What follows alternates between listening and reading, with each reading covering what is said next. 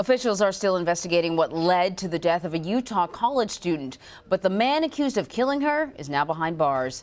Mackenzie Lueck was last seen on June 17th around 3 a.m. On Friday, officials arrested a 31-year-old man in the case, and they say remains matching Lueck's DNA were found in his backyard. CBS News national correspondent Jonathan Vigliotti has been following this story from Salt Lake City, and he joins me now from just outside of the suspect's home. Jonathan.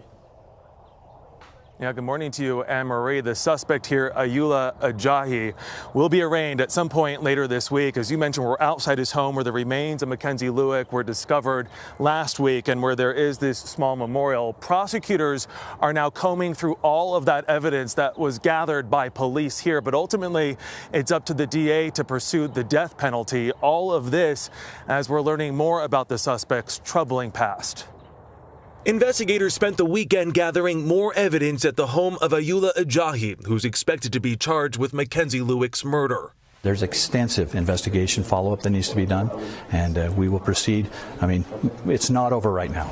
Days earlier, they found Lueck's charred remains and belongings in Ajayi's backyard. Police say there is currently no other person of interest in the case. Still, we want to know if he acted alone or if there were people that helped him along the way. Police are also sharing details about Ajayi's past, including a rape accusation in northern Utah 5 years ago. The victim declined to pursue charges.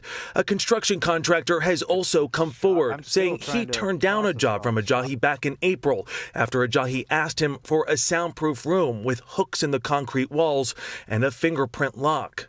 He was adamant about getting it done really fast, and money was no object. Lueck was last seen on surveillance video at the Salt Lake City airport 2 weeks ago. Investigators say they used phone location data to place both Ajayi and Lueck in the park, where she was dropped off by a rideshare.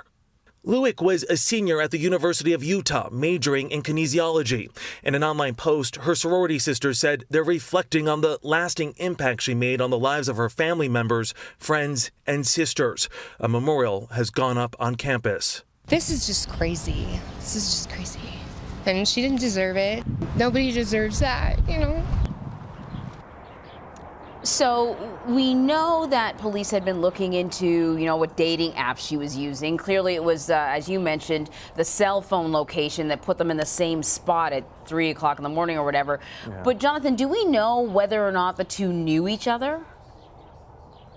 Yeah, and Marie, it's a good question, and it's one of the key questions in this investigation. As you mentioned, they did have some communication before meeting up. We know that they shared a number of text messages and also photos. Investigators spoke with Ajayi and found those photos on his cell phone. She was dropped off at the airport and arranged that meetup at that park where she then went missing.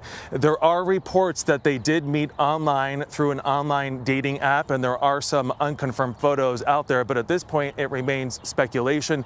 We have asked that question to police multiple times over the past week or so, and at this point, they will not confirm or deny the authenticity of those reports and all the photos that we've been seeing. As I understand it, there's a vigil that's going to be scheduled for tonight. Do you know any more information about that? You can tell us.